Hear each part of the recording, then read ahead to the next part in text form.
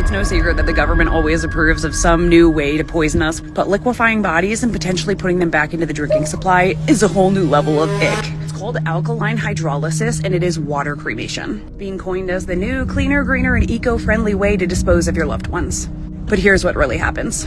A body is placed inside of a steel vat with chemicals, typically potassium hydroxide, where it is heated under a high temperature, which liquefies the body. All that's left is the bones, which are then ground up and given back to the family as ashes. The rest is flushed down the drain. That liquefied human goes through the wastewater treatment, then gets recycled back into the municipal water supply. The same water supply that comes out of your tap if you're on city water. Now they advertise this as biologically sterile, but here's what can survive. Prions, they're tiny misfolded proteins typically found in the brain. Mad cow disease, heat-resistant pathogens like hepatitis A, pharmaceutical residues like chemotherapy, antidepressants and hormones, heavy metals like those nice mercury fillings, lead and arsenic, synthetic materials from implants or medical devices. Standard treatment doesn't eliminate those things. We are not just talking about contamination here. As if it's not gross enough, people flush their pharmaceuticals, their babies, and everybody goes down it. Now we're adding liquefied human remains. Let's call it what it is. Ritualistic, state-approved cannibalism.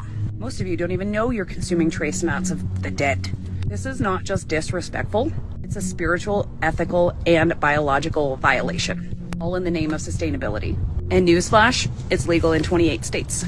This is probably one of the most disgusting things I've heard yet, being promoted in the name of saving the planet. But is anyone else noticing a pattern here? It seems like saving the environment is their go-to justification anytime they release a new news report on something that we clearly would all have issues with and be up in arms about. Or at least a lot of these things that we should all be up in arms about. And you should already be heavily filtering any water that comes from the public water system. Now, I don't know what the numbers are on this, but I have a pretty strong feeling that if you actually went back and looked at the date that all of these psychological meds and stuff started being pumped to the public, there's probably a correlation there between the time that that started taking place and the slow rise in all this gender ideology stuff. All of these people take these medications and then they urinate and flush it down the toilet, and it goes back through the water supply and it gets partially filtered and then given back to us. A lot of those medications can't be filtered out. And if you're someone like me who drinks a lot of water every day, who knows what medications and chemicals you're unknowingly subjecting yourself to every time you go get a drink at the tap. And a lot of that stuff just builds up in your system over time. And a lot of those medications cause other issues as well, like thoughts of self-harm. But most of these local governments won't even allow us to collect rainwater and filter it for consumption. And they say that that's all for environmental purposes. It sounds to me like it's just because they want to guarantee that we're drinking the water that they're giving us that's got all this bad stuff in it. This just seems like a horrible idea all the way around. But everybody, before we move on to the next clip, I would just like to apologize for my appearance. I tried to trim up my mustache the other day and I messed it up really bad on one side and just had to completely take the whole thing off, so now I look like I'm Amish. I hope you can all still stand to look at me. Alright, let me give you the latest on Christian news and what is happening in the world today. China just signed a $37 million deal to deploy industrial-grade humanoid robots at real border crossings. And these aren't just demo robots, these are the Walker S2 humanoids. They are built for 24/7 operation with automatic battery swapping. That's right, they can take their own battery pack out, swap it out with zero downtime. Their job is for crowd control, inspections, logistics, guiding travelers, surveillance, and government level enforcement. This is only one of many rollouts because China is expanding on what they call embodied AI across factories, public places, and even security. These robots don't tire, they don't question orders, and they do not have a conscience. Experts are even warning that this is the foundation of an AI-run enforcement system to replace human oversight. I want to give you relevant Christian news, not to scare you or put fear in you, but to warn you and to give an awareness of what is happening in the world today.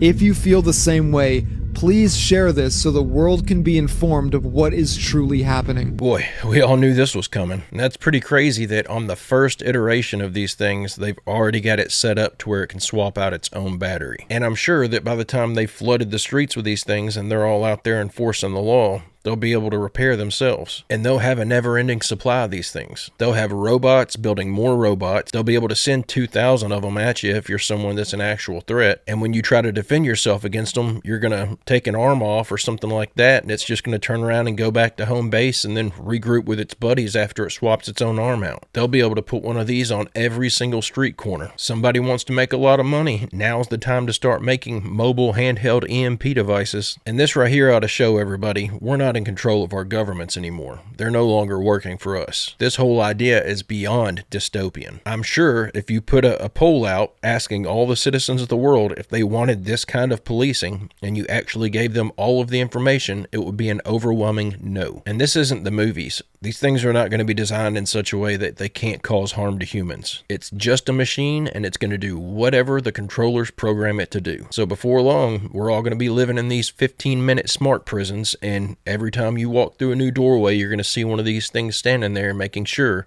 that you're obeying the law. And once they have all that in place, the law is going to be whatever they want it to be. Every day, we're inching closer and closer to the real truth being revealed about what all of their game plan is. And every day, we're inching closer and closer to passing the point of no return where we're not going to be able to do anything to stop it. Hey, don't forget to hit like and subscribe if you haven't already, and don't forget to drop your theories and your comments in the comment section down below. You've already signed up for the digital ID without even knowing it. Here's how.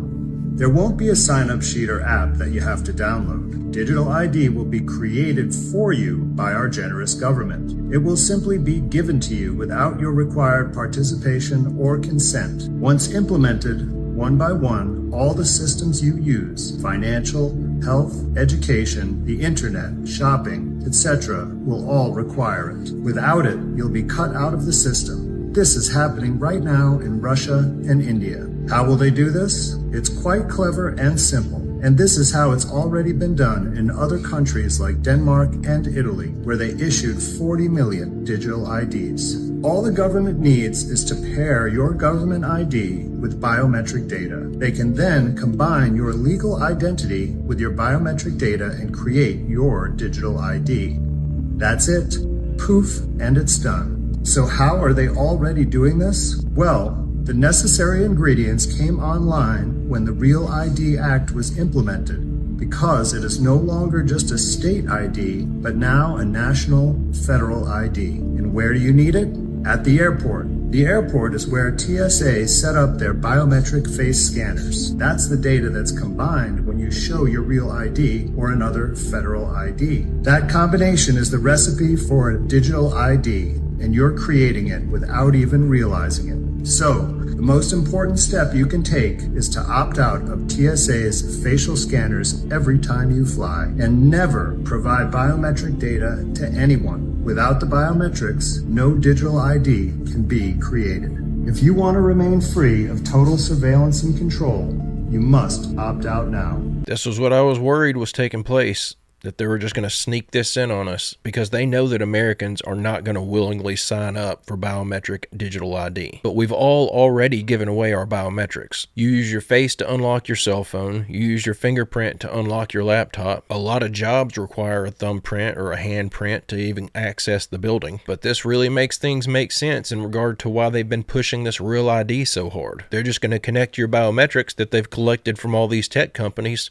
to your Real ID. At this point, I feel like I've got no choice but to just make the decision to never get on a plane again. If they're going to require all this nonsense for me to get on a plane, I'll just drive anywhere I'm going to go. I'm not trying to leave the country and go anywhere anyway. The world is getting way too scary for that. But I can be in the mountains in 5 hours, and I can be at the ocean in 10 hours in 2 different directions. That's enough variety for me. And our government's not going to ask our permission to do this. They're just going to do it, because once they do it, they've got full control over you. If you try to put up a fight about it, they'll just turn off your checking account. We just have to resist this as long as we can, because once they start deploying that tactic, everyone's going to know what's really going on. The first time they use that against someone, everyone who hasn't yet gotten a Real ID is going to realize what's going on and refuse to get one. Our only hope of buying enough time to stop this is that enough people refuse to get it until the government has no choice but to just wait for all of us to die out. And when I say die out, I mean hopefully they'll wait for us to age out and it won't be something that was forced. But if you've still been on the fence about getting a Real ID because you want to go vacation once a year in Italy, now you've got more than a good enough reason to not do it. cold water pressure in the kitchen. This is where I fill up water for storage. Those are the things we have to fill up to flush the toilets. So you can see the sediment from the data center. Wow, and that's just from the water coming out of your faucet. Yeah. And this is what's in all the pipes. It's overwhelming because you really feel like you are up against this huge wall that you can't penetrate. There's nothing that you can do, and they don't care. I'm here in Mansfield, Georgia, driving by Meta's new 2 million square foot data center facility. Facilities like this are being used to power things like ChatGPT and other AI tools that are becoming integrated into our daily life. Data centers, going to be a very hot item. This entire supercomputer is built to power Grok. We see data centers as the most exciting asset class. Meta is building a 2 gigawatt plus data center that is so large it would cover a significant part of Manhattan. But data centers come with big costs, from light and noise pollution to the environmental impacts, to the potential rising costs of energy bills. These facilities put extraordinary demand on the power grid and require entirely new infrastructure. Oh my God. They should be responsible for that, not us. Search the internet for profits that Meta has made, Amazon, Microsoft. They can afford to pay for their own generation. Your house is here, and the data center is right there. It's less than 400 yards. Beverly and Jeff Morris bought their home an hour's drive from downtown Atlanta in 2016, but their roots in the community run much deeper. Being in the country has always just been my peace and my therapy. When we found this place, we decided that this was it. It was perfect. I was actually raised probably 5 miles from here. Felt like coming home.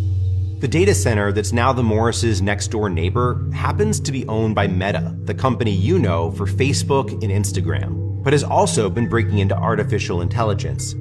They started construction on this data center campus in 2018. Definitely changed everything. They destroyed the environment, taking down all the trees across the road. Beautiful pines, beautiful forest. The light pollution is... We don't have to have a night light in the house. You can walk around the house at night and see everything.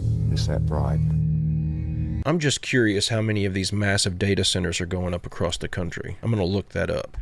As of 2025, many industry sources agree that there are roughly 5,400 to 5,430 data centers in the U.S. There are only 11,800 data centers globally, so about 45 to 46% of all data centers in the world are in the United States. And I'm sure that the term data center is kind of loosely used, so it's probably calculating everything from, server rooms all the way up to these huge AI facilities. But it also says here that there is no centralized registry or regulatory requirement mandating operators to report whether a center is fully powered up, partially active, or completely inactive. So there's not even anyone that they have to report to put themselves on a list so that we could keep track of just how many of these things there are. But if these data centers are doing all this damage to the local environment where they're installed, all of the government is so worried about saving the planet, how in the world is there no regulatory requirements for these things? You would think that you would hear nothing but politicians scrutinizing the building of these. It's just another example in a long list of government hypocrisy. And if they're all out here screaming about the environment and we got to save the planet and we're so close to the point of no return, but then their actions aren't lining up with what they're preaching about, that ought to tell you all you need to know about this whole climate change issue. You want the function, you want the service, right?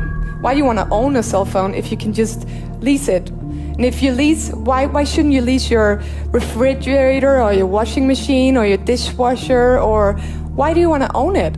Well, because historically the only people who couldn't own anything were serfs and slaves. Their lives were controlled precisely because they had nothing that was truly theirs.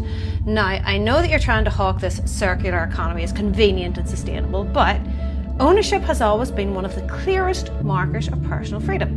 If you lease everything, it means everything that you rely on can be switched off. If you own nothing, you can never build wealth. That's not sustainability, that's dependency. It's handing the keys of everyday life to corporations who want a customer for life with lifelong rental payments. I don't think so. You know, I do believe we're just at the beginning of the tokenization of all assets, from real estate to equities, the bonds, across the board. Tokenization, programmable assets, all assets across the board. Basically a permanent digital list of everything you own, where the government or companies can tax it, track it, and control it. With programmable assets, tax can become automatic, taken straight out of your CBDC wallet. Carbon charges, extra fees for anything they decide isn't sustainable. And programmable ownership means the system can set the rules, like you can't sell your car past 2030. You can't transfer your house unless you pay for certain upgrades. Your land isn't yours unless you follow whatever new rules they bring in. So then ownership becomes conditional. You don't fully own anything. You own it only if you follow their terms. Older things become non-compliant or unsellable. The government wouldn't need to ban petrol cars or older homes. They could simply block the transfer of them. Suddenly your property becomes worthless unless you pay for whatever upgrades they demand. And if people can't afford the upgrades, that's when the big corporations, the BlackRocks of the world, swoop in and buy it all up on the cheap. Could this be why Larry Fink is such a huge fan of tokenization? If you can get people to share a car, you can take out, a lot of cars in the streets. The interesting thing about technology is that it makes sharing easy and fun and not annoying. Now this one's a great idea. Sharing. I love it. I've always wanted to fly in a private jet. I would assume that we'll be sharing the private jets, the supercars, the yachts and the villas, right? Oh no, I forgot. It's rules for thee and not for me. The people who are actively trying to own everything are trying to convince you that you should own nothing and just share it instead. Just remember, none of this is possible without digital ID and CBDCs. All we have to do is say no. I just wanted to add that to show y'all the extreme example of gaslighting. That girl is standing there on stage smiling like everyone should be on board with this idea. The whole time thinking, once everybody else is doing this, I'll have so much more. This all comes down to greed. And the people who are pushing this, they're the greediest of them all. They don't expect that they're going to have to follow any of these new rules. It would be one thing if it was this big happy community and all the people of the world shared all resources. I'd be completely on board with that. That still wouldn't mean that you have free access to someone else's labor. But if I have excess and my neighbor has a shortage, why shouldn't I give them some? But the only way that works is if you build a society of people who freely want to give. A society of people who genuinely care for their neighbor. It doesn't work when it's done by force. There will always be resistance. People will not put up with it. They can put as many control mechanisms in place as they want to. This is never going to work out the way they think it will. Look how long North Korea has been locked down the way it is. They still have detractors, but these people who break out and make it out of these dictatorships and these countries that are run by communism, they make it over here to the United States, and before you know it, they're on the podcast circuits going around telling everybody, like warning everybody, hey, the same thing that happened in my country is happening here to yours. And nobody seems to be listening. And now we're fixing to experience this worldwide with one dictatorial communistic government that's all going to be run by AI. So even the things that you're able to get away with in North Korea because there aren't eyes on you, you're not going to be able to get away with that stuff. Not in the new world. This was a horrid budget for the Henrys, by which I mean high earners who are not rich yet. Young professionals in the UK will be dismayed by Chancellor Rachel Reeves' second budget, which I fear will act as a tax on ambition. Why? Because as they move up the career ladder, more of their future earnings and pension contributions will be taxed. They could also face higher student loan repayments, and by adding more complexity, she will make it even harder to manage these cliff edges in the tax system. Allow me to explain. If you aspire to earn a six-figure salary, a tax trap awaits you. Workers pay an effective tax rate of 62% on the band of salary between £100,000 and £125,000 as their tax-free personal allowance is gradually clawed back. That's right, you'd only keep 38 pence of every pound earned in this slice, a nasty kink in the tax system that has existed since 2010. And now, the Chancellor has extended it until 2031 by opting to freeze income tax thresholds, and by then, an estimated 500,000 more workers will face this punitive rate.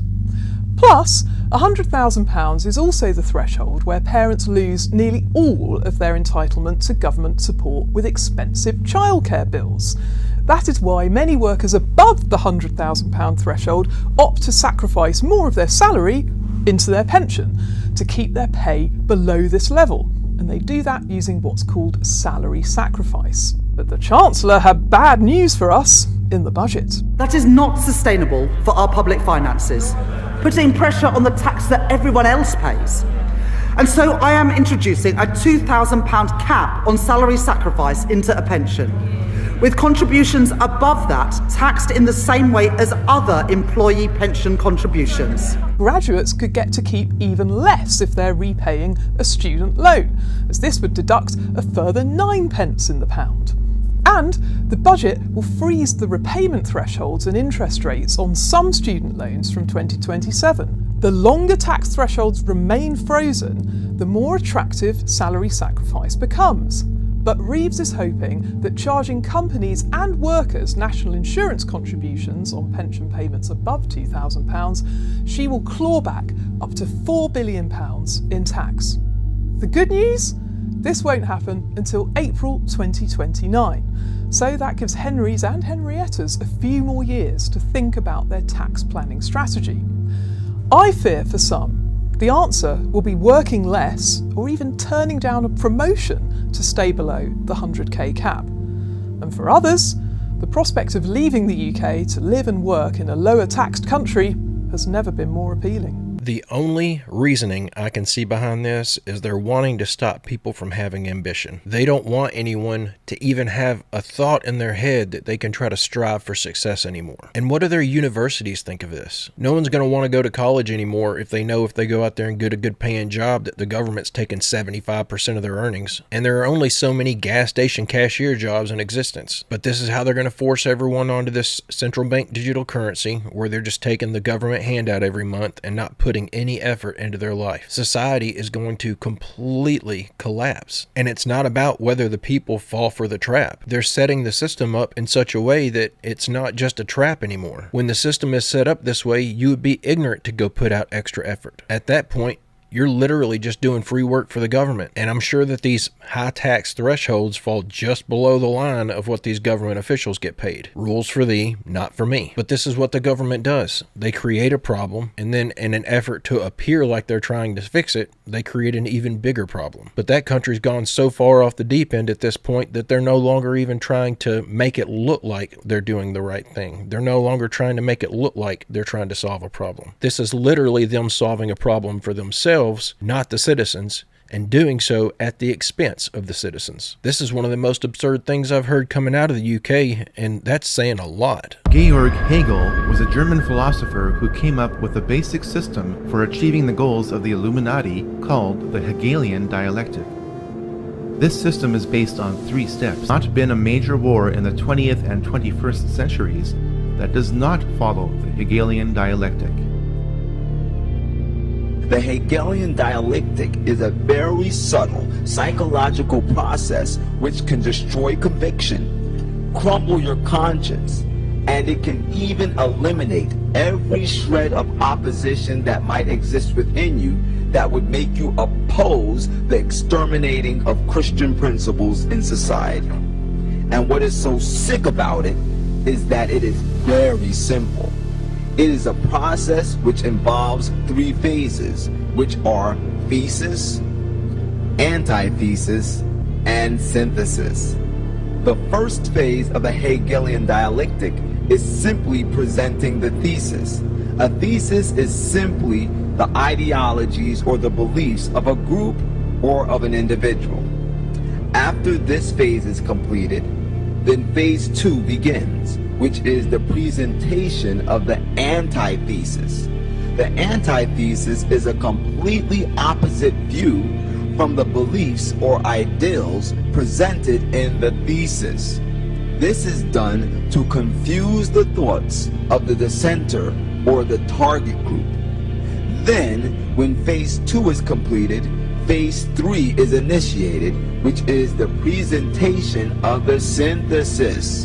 The synthesis is a compromise between the two radically opposed ideals or beliefs that were presented in the thesis and the antithesis, which brings about a completely new belief system. A completely new belief system which is more than readily accepted by the dissenter or the dissenting group, because it relieves the confusion that was on their mind, and unknowingly now they compromise their own belief system. This process is then repeated a number of times until the dissenter or the dissenters finally give up and accept a new belief system without any more dissent at all. And this is the process that the occult New Age movement is using to destroy Christian principles, Christian values, and to initiate in our society values that are wholly demonic and corrupt in their nature. And we'll get into this later. The method they use is that of the Hegelian dialectic. Thesis played against antithesis leads to a synthesis. In other words, for Hegel, for history to make progress, you have to have conflict. And when you look at the key people in the order, you will find that they generate conflict. So Bush and Harriman politically are conflicting. Coffin and Buckley, although part of the same order, are in public conflicting with one another because conflict leads to the new synthesis. The order want to accomplish in the Bolshevik Revolution? You create opposing forces which you place in conflict. Out of conflict, you've got profit. You've got political power. And you can direct history. And if you look at the writings, for example, of the Trilateral Commission, they talk openly in the Trilateral Commission about managing conflict, not solving conflicts, but managing conflicts. Conflict management. That's the cry. So they got the profit, the power, and the management. Mm-hmm. Where do they want to steer history through the Bolshevik Revolution? They wanted to set up, and they did, two opposing forces. Out of that came World War II. And this is the very thing that's leading us now into World War III. You can see examples of this in literally everything that the government is involved in. This is how they handle everything. I would say the biggest example of this happening right now is something that you can't even talk about on YouTube because a certain group of people are not allowed to be criticized. And you know exactly what I'm saying if you're paying any attention at all. But let's just go back a ways and use the Ukraine war as an example. Before the war started between Russia and the Ukraine, how many people, and I'm just talking here about political commentators, but how many people who were adamantly against sending our U.S. tax dollars to any foreign government for any purpose whatsoever suddenly flipped and pushed the idea to their entire audience that we needed to be supporting Ukraine, that we needed to be sending them billions and billions of dollars on a routine basis. But I'm using those specific people and this specific example just to show how effective this is, as well as to show how quickly it can change someone's entire ideology. But the only way to protect yourself against this stuff is to know that that's what's taking place, to know that everything you're being told is just a narrative. It's just propaganda. And whatever the purpose is of them pushing this narrative is never the purpose that they're claiming it is. It's always 110% of the time about gaining more money and gaining more power. But this is exactly why the entire population is all pitted against each other. Everyone keeps falling into this trap. And until everybody wakes up and realizes that they're just being played, there's no chance of us all uniting and fixing this. But guys and gals, I'm going to go ahead and end the video right there. I do hope you enjoyed these videos we watched together today. God willing, I'll be back tomorrow with another. I hope you come back to join me. Don't forget to leave a like and subscribe if you haven't already. And don't forget to drop your theories and your comments in the comments section down below. But guys and gals, I hope everyone has a great, safe, fantastic rest of your day, and I will see you all tomorrow.